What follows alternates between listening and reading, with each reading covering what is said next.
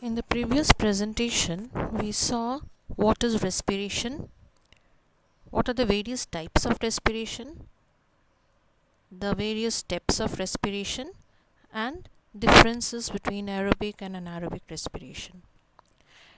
Now, in this presentation, we are going to learn about few experiments on respiration in plants. This is the first experiment, wherein the aim of the experiment is to show that oxygen is used up in respiration. First, let us understand how the apparatus is set up. The figure that is given on the left hand side, you can see there are two flasks, flask A and flask B. Flask A contains germinating bean seeds and flask B contains dead boiled seeds.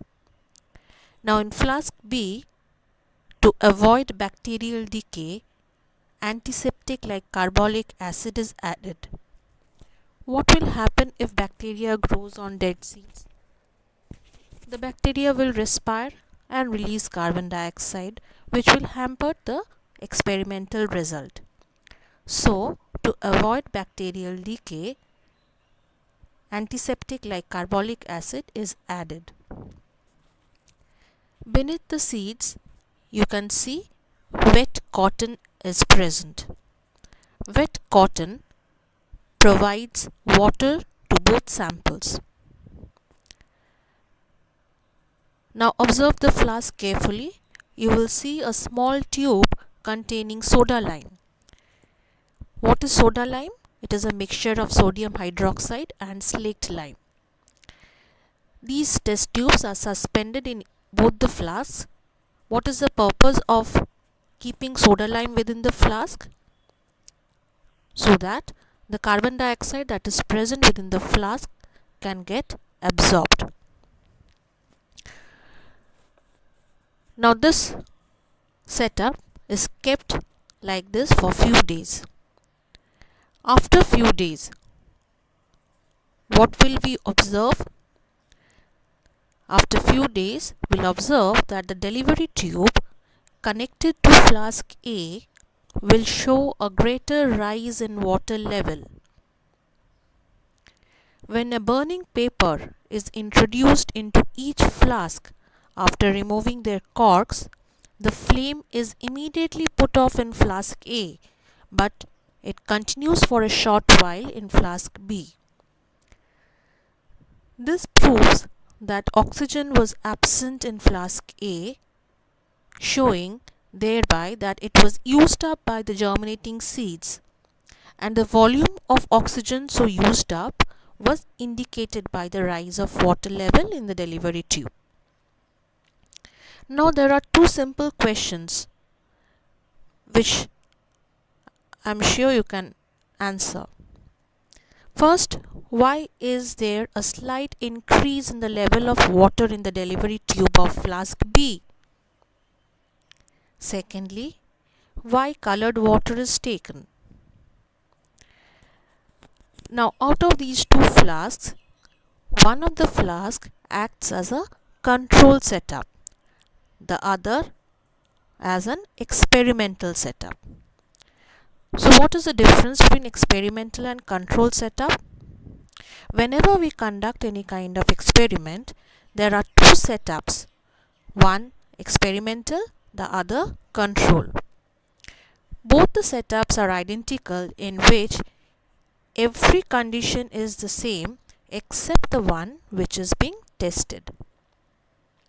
The setup in which the condition under study is missing is called the control setup. Here, the flask B acts as a control setup. Now, did you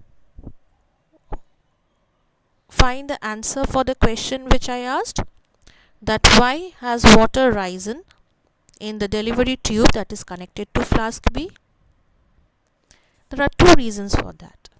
The first is capillary action. What is capillary action? When you open a bottle of Coke and insert a straw, you will see that even without your sipping, some amount of liquid has entered into the straw. This is capillary action. Secondly, the second reason is that within the flask B, air is trapped. That air might contain some amount of carbon dioxide, which is absorbed by the soda lime that is kept in the test tube. So, a partial vacuum is created, which helps in rising the colored water in the delivery tube that is connected to the flask B. Second question, why was colored water taken? Answer to that is the colored water is taken so that any kind of rise in the delivery tube is easily visible through our naked eye. So what was the aim of this experiment? The aim was to prove that oxygen is used up in respiration. The second figure given alongside also is similar to the setup which is given on the left, but instead of flask, test tubes have been taken and potassium hydroxide solution has been taken to absorb carbon dioxide. Let us see the next experiment.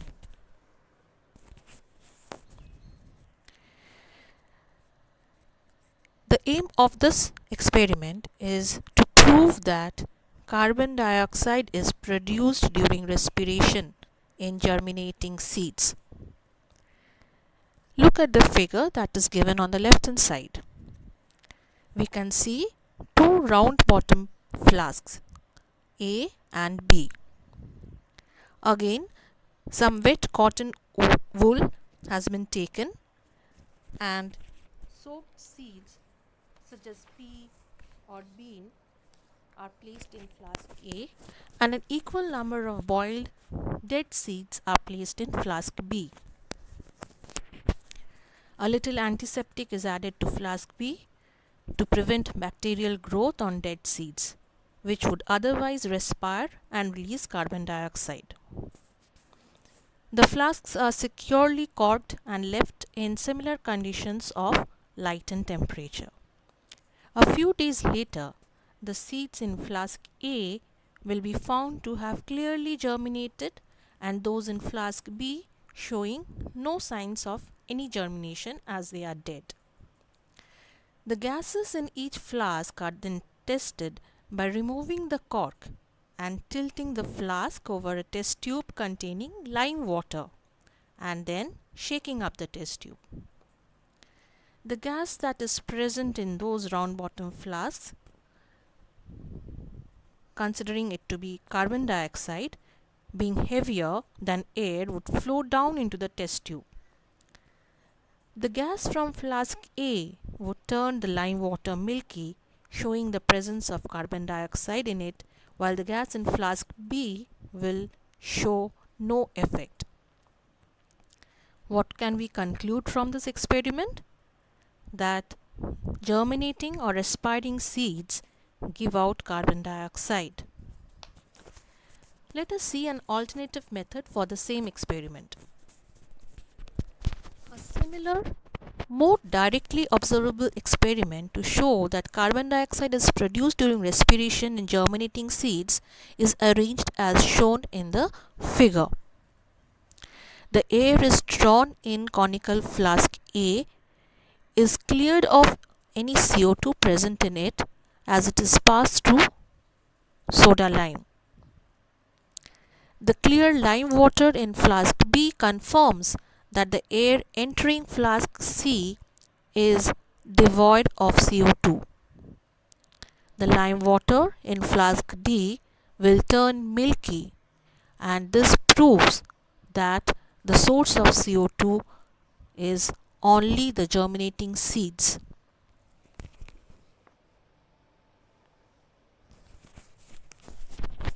Let us carry out another experiment to prove that carbon dioxide is produced by green plants during respiration.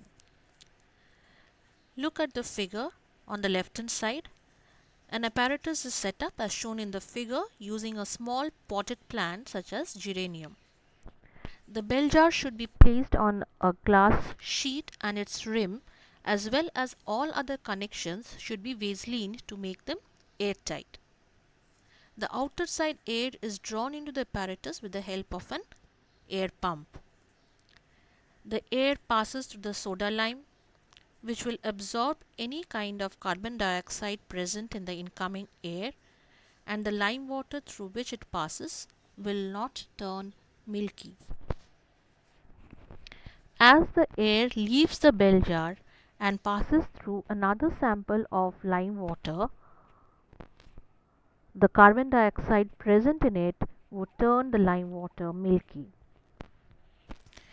Now, to carry out this experiment, certain precautions are to be taken.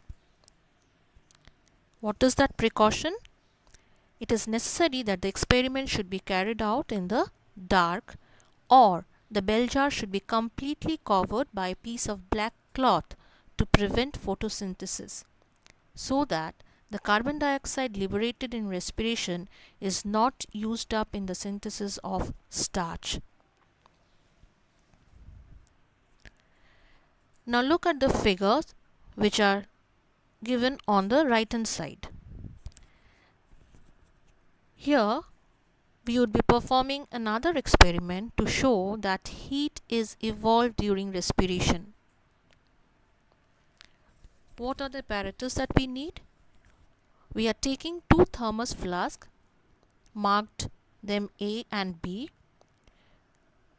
We are taking pea or bean seeds, soaking them in water and dividing it into two equal groups. We kill one group of seeds by boiling them and then wash them with dilute formalin or carbolic acid to prevent bacterial decay. We put the live germinating seeds in flask A and the killed ones in flask B. A thermometer is inserted in each flask and their mouths are plugged with cotton wool. After a few hours, the thermometer in flask A will show a higher reading, indicating that the germinating, that is live and respiring seeds, give out heat, whereas the thermometer in flask B will not show any rise in temperature. The figure given below, there you will see that the thermos flasks, they are inverted upside down. In case the seeds are very less in number, we invert the thermos flask so that the seeds can come in contact with the bulb of the thermometer, so that any heat generated within the flask can be detected.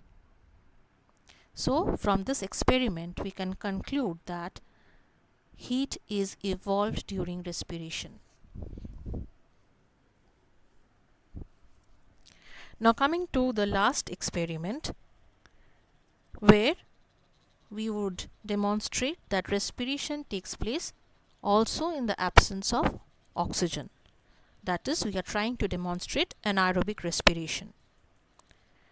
To carry out this experiment, we are taking 8 to 10 soaked and peeled off peas, and we push them into the mouth of the test tube filled with mercury and invert the test tubes in a beaker containing mercury. The seeds can be seen floating to the top and will be completely surrounded by mercury.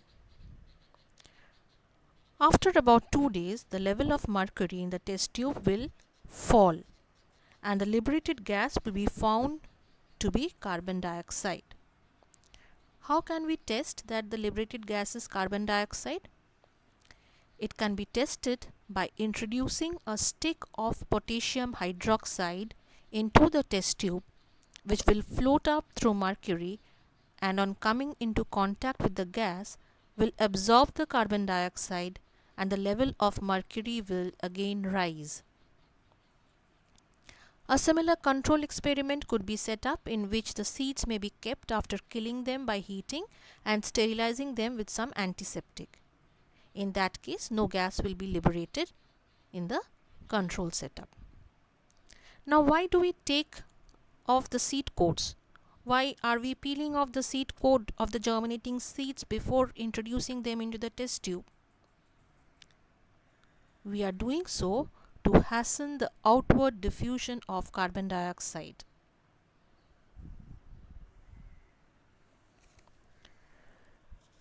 Now, in this slide, let us see certain differences between photosynthesis and respiration.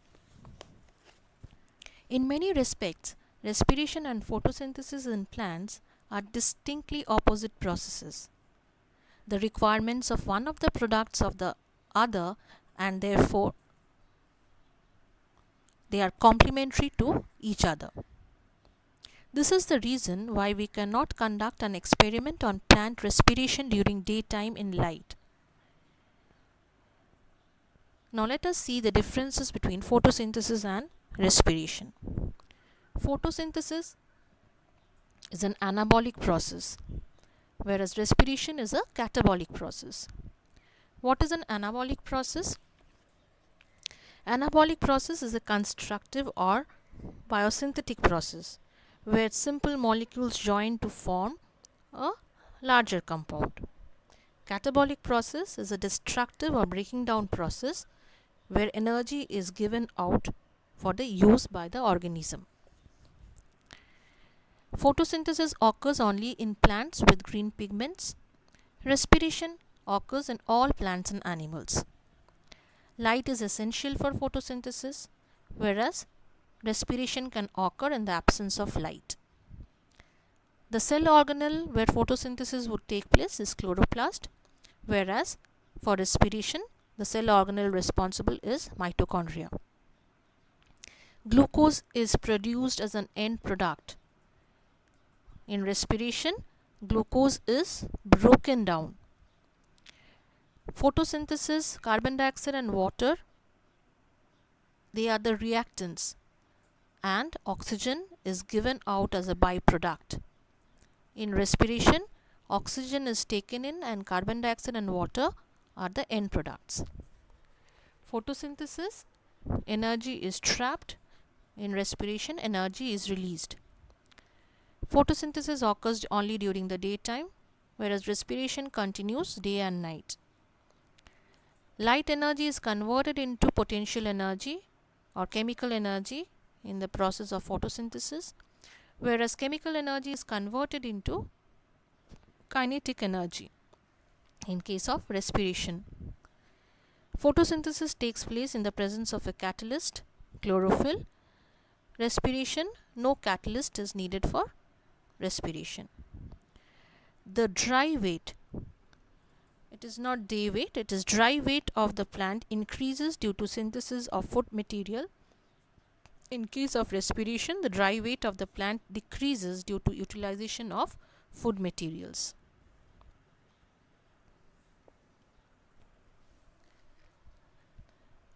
At the end, let us sum up with a comparison of aerobic and anaerobic respiration. Depending upon certain parameters, in aerobic respiration, oxygen is required, occur in mitochondria. Glycolysis is the initial step of aerobic respiration. The net gain of ATP is 38 in prokaryotes and 36 in case of eukaryotes. Glucose is completely broken down into carbon dioxide and water.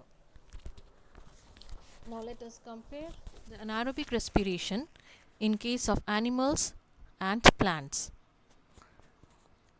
Anaerobic respiration would require no oxygen. The site of the occurrence of anaerobic respiration is cytoplasm. Glycolysis in general is a common pathway for both aerobic and anaerobic respiration. Coming to the yield of ATP, the net gain of ATP is 2. Glucose is incompletely broken down. The end products in case of animals and plants, they differ. In case of animals, it is lactic acid only, whereas in case of plants, yeast, bacterial cell, The end products are ethyl alcohol and carbon dioxide.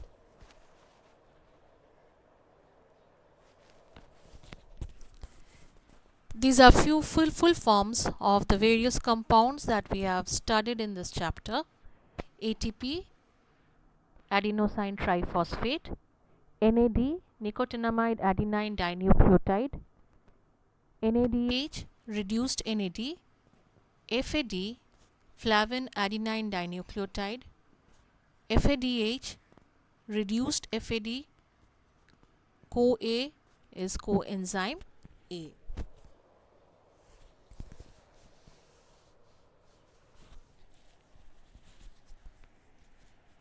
The basic aspects of respiration are same in all organisms. However, there are some differences in respiration in plants and animals. For example, in case of plants, there is no gaseous transport. The respiratory gases simply diffuse in and out by cell-to-cell diffusion. Whereas in case of animals, the blood transport respiratory gases. One of the end products in anaerobic respiration in case of plants is ethyl alcohol, whereas in case of animals it is lactic acid. Very little heat is produced in case of plants as compared to animals. So with this we come to the end of this particular chapter, that is respiration in plants.